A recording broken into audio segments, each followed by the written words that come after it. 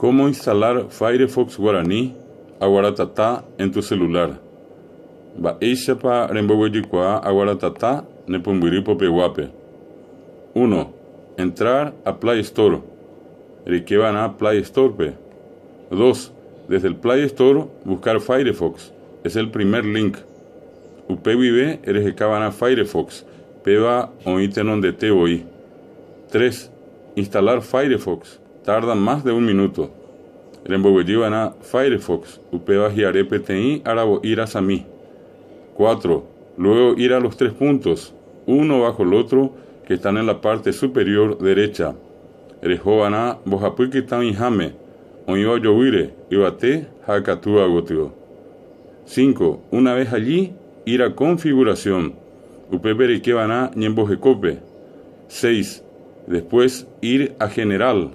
Upeirejovana tuishakuepe. 7. Una vez allí, presionar idioma y allí hacer clic en guaraní y ya está. Upepe eres esa kutubana ñe'ẽ, haripurabo vaina guaraní ha oĩma.